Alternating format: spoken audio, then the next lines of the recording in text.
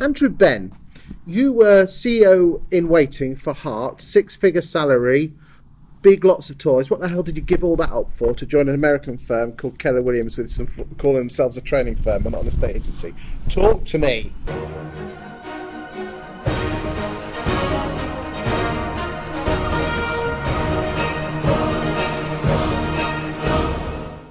Well, Chris, as far as being CEO waiting, that's your view. That's my view. But I was the managing director of lettings within the Spice Haart Group. That's the case, and I had a lot of fun there. Really enjoyed my role there. Because you never hear a bad word against you. Well, that's very kind of you to say, Chris. And all the way through my career, the thing that's really motivated me is helping agents be successful. Okay. Where did you start? When I started at Jackson Property Services in 1987 as an 18-year-old trainee negotiator. I went to Countrywide in 91, spent 19 years at Countrywide, going through the system there. It was made managing director and was the youngest managing director of the group at 32 until Ben Taylor, 3 months later, was made the MD of King & Chase. So then spent 9 years as the MD of Countrywide, and then joined the Spice Haart Group as the managing director of lettings. What made you go from Countrywide? What year did you move from Countrywide to Spice Haart? That was the end of 2010. So I joined Spice Haart at 11. So you had a good innings at Spicer, didn't you? Yeah, what's that? Nearly 8 years. You enjoy it? Yeah, I did. Had a great time at Spice Haart. Okay. And what was the best bit? The best bit of Spice Haart was the autonomy that I was given to grow and develop the lettings business. Okay. And I believe that we took that business over that period of time to be a really important part of the Spice Haart Group. So, why did you throw it all in? You had decent salary. Yeah. Let's be frank, your car collection's world famous. So you can't buy that on a £2.50 salary. No. For me, as I said to you. So how old are you now? I'm 50. I was 50 in March this year. Yeah. For me, it was always about helping people grow, develop, and then why? Because that's what I enjoy doing. Okay. That's a really important thing for me. And you've talked about my reputation. I guess if you talk to the people why I've got that reputation, hopefully it would be along the lines of my motivation has always been to try and help people. In my previous life, I created this thing called the 3 C's: the company, the customer, and the colleague. And how all three stakeholders in that relationship had to win. And that was a really important thing for me, because ultimately one party within that, if you think about it, couldn't possibly succeed independent of the other two. What Keller Williams did for me was allow me just to take that on another level, because the whole company is built around what's best for the agent. Okay, so the agents own their businesses, they own their data, and the model allows them to grow and ultimately achieve greater things than I believe they could achieve within an employed model. But it's just one of these other American firms, isn't it? You're just another Remax or an EXP. Or are you different? Genuinely different? For me, it's about the values of the business and then the quality of the content. So the Keller Williams business is built for agents by agents. Okay, and every part of the business process is about how can we help agents be more productive and ultimately have more success. So and the success of Keller Williams around the world, and the growing success we're having in the UK, I believe validates that proposition. We had this brief conversation off camera, but I said to you that what I love about this model is ultimately the best agents will do best. And if you think about it, if you take a macro view of that, then ultimately that has to work. I mean, you talked about colleague, company, and customer. Is the balance off kilter at the moment, do you believe, in the whole industry? Yes, I do. I think that a lot of estate agency companies are run with the company as the primary beneficiary. So what's right for the company comes above what's right for the customer and the colleague. That's a personal view, but not 100% company, but I just think the three things have to work together. Without the company, the customer, and the company all benefiting. So are you basically saying that the balance between the customer and the client, sorry, the customer and the colleague is out of kilter, which means that ultimately the customer's also being let down as well? Yes, I do. I think that, there's lots of different, to varying degrees around different businesses, and I've got some friends in the industry that run fantastic businesses. But generally speaking, I think. Why do you think the balance between company and colleague is wrong? What I hate to use the word fault, but what's the cause?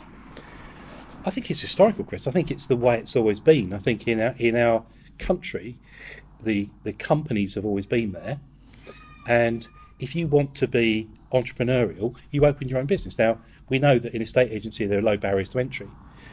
What Keller Williams is doing is actually lowering those barriers even further to say you don't have to have a huge amount of money behind you to be able to now do this for yourself. And not only that, we're giving you a model to follow, and we're going to give you support and consultation in the process. What's the catch? I'm not sure there is a catch, Chris. I'm not. We're not. We genuinely want to help people do well in their lives, enjoy themselves. But what does Keller Williams earn out of this then? How much of the fee do you keep then?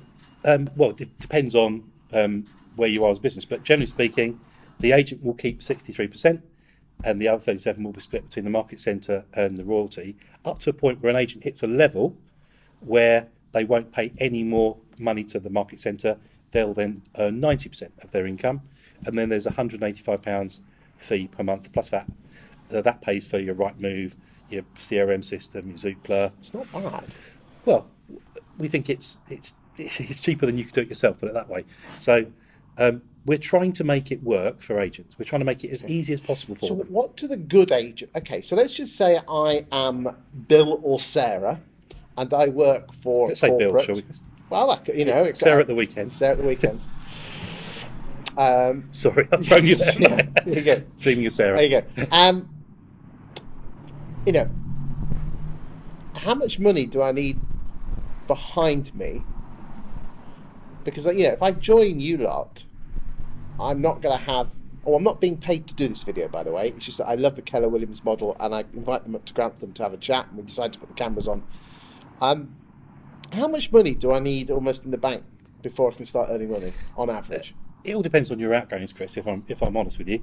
And with every agent, we'll do a financial model so they know how much money they need. But roughly, how many months' wages would you say? Well, again, typically, we encourage everybody to do sales and lettings. Obviously, lettings the money will reach you faster. But probably 4 or 5 months worth of... Okay. Well, it's a damn sight cheaper than kitting an office out and new computers. Yeah, much cheaper. Plus some marketing expenses. So your startup cost with us is a one-off fee of £250 plus VAT. That gets you logged onto the system. That gets you inducted into the business. And then I said the £185 a month. So they're your fixed outgoings from Keller Williams. Then you've got your own marketing costs on top of that. So any digital marketing you want to do, any paper-based marketing you want to do, anything you want to do outside of that. But we advocate very much a case of lead with revenue, not expenses. So don't start by spending lots of money on things. Do the things that you can do. Or social media is free now. Or social media, and just going out, talking to people, networking, and building your own database, and then looking after those people to become their go-to property person. And how do they do that? How do they become the local property expert, the go-to authority? Well, we start off with the people that they know. Okay, most people, when I talk to them, if you scroll to the bottom of certainly if you've got an iPhone, you can do this. If you scroll to the bottom, I've yet to find someone with less than 300 people in their phone. So we say to them, why don't you talk to those people about what you're doing and ask them to support you? Because that's something we're really poor at in the UK, is actually leveraging our friends. Yeah, it's almost unacceptable. It feels that way. And yet, I bet if your friends ask you to support their new business, you'd be really happy to do it. Yes, I would. So that's the point. Yeah. So you start off there, you put those people in your database, and you then look to leverage. So whenever you get a new instruction, or you go networking, or you go door knocking, or anything you can do to talk to more people, you build, we call it your story. So you've got your story, which is a combination of your big why, and also what we will go through a process to find your USP. What do you bring that's unique? Combine that to tell your story. So you tell your story, authentic, genuine story about why you're doing this to enough people. Then you put those people into your database, and then you look after those people, provide them with good property knowledge, local market information. Talking about property market, Yeah, things like that. all sorts of things, and that way it's not dissimilar to the self-employed financial services model that is very prevalent in the UK, where you just build a database and you get recommendations and referrals from there. Do you find there's a lot of people that want to join you but are fearful of failure, looking stupid? I don't know about looking stupid. Certainly there is an element of fear towards moving out of an employed model to a self-employed model. And there's two things that I'd say to that. Firstly is, if you're employed as an estate agent in the UK, you've got a basic salary. Now, people are a bit nervous about walking away from their basic salary, but the bottom line is, if they don't succeed in the employed model, they're going to get fired anyway. Yes, so true. it's not a guarantee, it's not a job for life. So what we're saying is, if you perform the same way in our model, typically you'll earn 2 to 3 times as much. Now, the question is, would you back yourself to do essentially what you're already doing if you're an employed estate agent? All right, because your lead generation, a lot of it you're doing yourself anyway. So could you lead generate? And again, we talked about the Keller Williams being very model based. One of our models is a lead generation model. The first one, by the way, is the economic model. So we say, how much do you want to earn? If you want to earn that much, you need to do this amount of this. And then the second part of that is, once we've established how much business you need, is we set a model up to generate those leads. Okay, so that model involves essentially building a database and looking after that database and getting the required amount of leads, because there's a very strong correlation between the size of your database, how well you look after it, and the number of leads you receive. Yet there's plenty of values out there that are not very good at cold calling or generating their own business. Do they have to change their outlook in life? I think they'll probably find they're better than they think they are. Okay, that would be my first observation of that, because if they're a good valuer, then clearly they're good at building relationships. True. And this is very much a relationship-based business, as opposed to, particularly in sales in the UK, is very much a transactional business. Lettings is slightly different because you've got longer-term relationships. But what we're saying is build relationships. So if you're a good lister, you're probably pretty good at building relationships. And it's just about having a model, which again we'll teach you, of things, suggestions of what you should say, practice it. I bet these valuers weren't that confident on their first valuation. No, you should never. I mean, if we judged ourselves on our first valuation, Yeah, exactly. I do remember mine. What's the future for Andrew Benn then?